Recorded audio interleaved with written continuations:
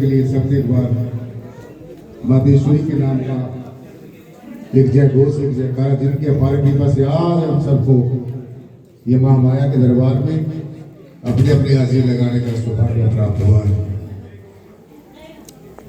बोलिए आदि शक्ति महामाया जर्मनी माता की,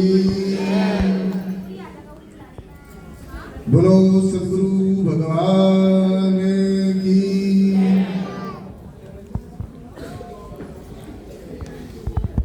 ओम या देवी सर्वभूतेषु ज्योतिरूपेण संस्थिता, नमस्तस्यै नमस्तस्यै नमस्तस्यै नमो नमः।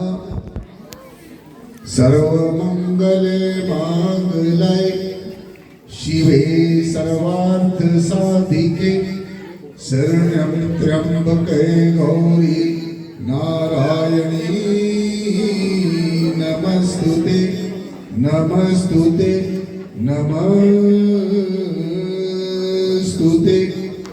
अखंड मंडलाकारं व्याप्तं येन चराचरं तत्पददर्शनं तस्मै श्री गुरवे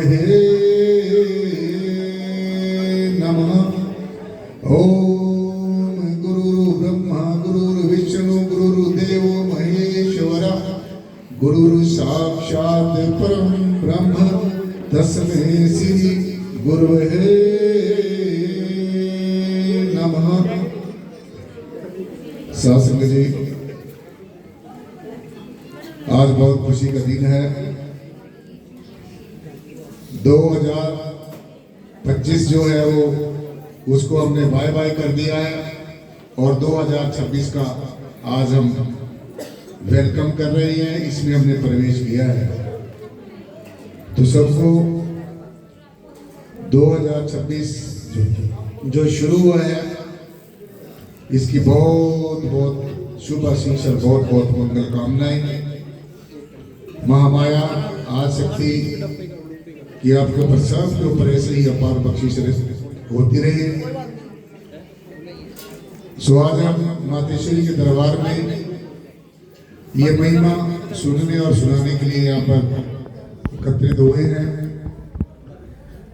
गुरु जी के पावन सानिध्य में और जो दरबार में आज हमारे कलाकार के जो ये मंडली है ये महामाया का गुणगान करने के लिए अपन आई है। तो सबको शास्त्र की बहुत बहुत शुभ आशीष। आज का जो सबसे महत्वपूर्ण संदेश और सबसे महत्वपूर्ण जो उपदेश है वो यही है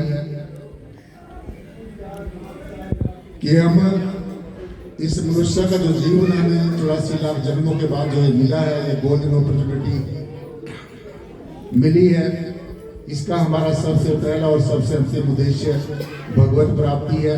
अपने जीवन को मंगलमय करना है, अपने जीवन को आनंदमय करना है। तो सभी वेदों शास्त्रों ग्रंथों उपनिषदों का पुराणों का यही सार है कि ये जो मनुष्य है ये परमात्मा की ज्येष्ठ और श्रेष्ठ संतान है और ये जो भगवत प्राप्ति शास्त्र जी हो सकती है इसी जन्म में ही हो सकती है। इस भगवत प्राप्ति के लिए सबसे पहली और सबसे अंतिम जो जरूरत है वो हमें एक ऐसा ब्रह्मज्ञानी सदगुरु, एक ऐसा तत्वदर्शी सदगुरु हमारे जीवन में आ जाए। गुरु जी मेरा लाखों दमड़े देकर बहुत बहुत मान कर रहे हैं। सो गुरु जी का बहुत बहुत शुक्रिया।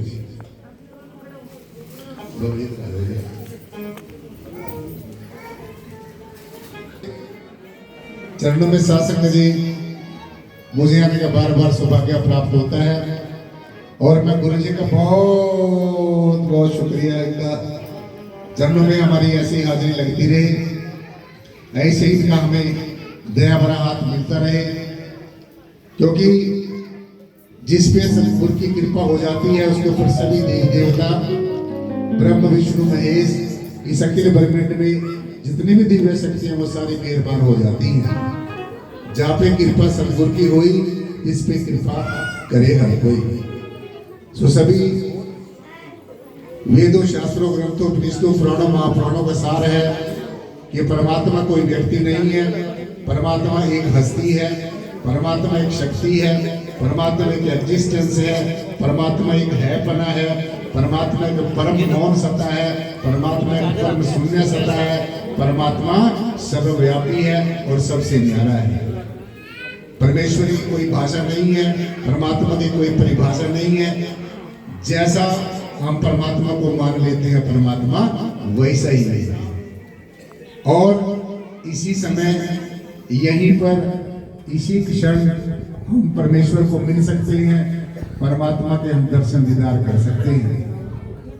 तो सभी संतों महापुरुषों को यही कहना है कि जो परम तत्व है परमात्मा है, सभी कारणों का महाकारण है, वो हमारे हमेशा अंग है। हम परमेश्वर का साक्षात स्वरूप है। हमारा अपना स्वरूप ही हमारी अपनी असली पहचान, हमारा अपना असली परिचय ही परमात्मा है। सो ना भगवान हमारे से कभी अलग था, ना परमात्मा हमारे से कभी अलग हो सकता है। हम परमात्मा के अंदर हैं, परमात्मा हमारे अंदर है। और भी अगर ज्ञान और विवेक की दृष्टि से देखा जाए तो हमारा निज स्वरूप, हमारा अपना आप ही परम तत्व है। इसलिए परमात्मा कोई मानने का विषय नहीं है, परमात्मा जानने का विषय है। जिन्हें जानो तिन जियो जनाए, जिन्हें तुम ही जाना तुम ही। जो परमात्मा को जानता है, जिसको परमात्मा की पहचान है, जिसको परमेश्वर का ज्ञान है, वो जीते जी यहीं पर इसी समय अभी इसी क्षण परमात्मा का हो सकता है और परमात्मा को अपना बना सकता है। पहचान है सभी वेदों शास्त्रों ग्रंथों कृष्णों का पुराणों का सार है कि जिन प्रेम कियो तिन ही प्रभु पायो। ये परमात्मा का प्रेम का विषय है, प्रेम करने का और कराने का विषय है, श्रद्धा का विषय है, समर्पण का विषय है। श्रद्धावान लभते ज्ञान, जिसको अपने सदगुरु के प्रति श्रद्धा होती है वही परमेश्वर को उपलब्ध होता है। जो सभी ग्रंथों शास्त्रों का सार प्रेम है, प्रीति है, प्यार है। और एक छोटा सा शब्द मैं भी आपके समक्ष रखूं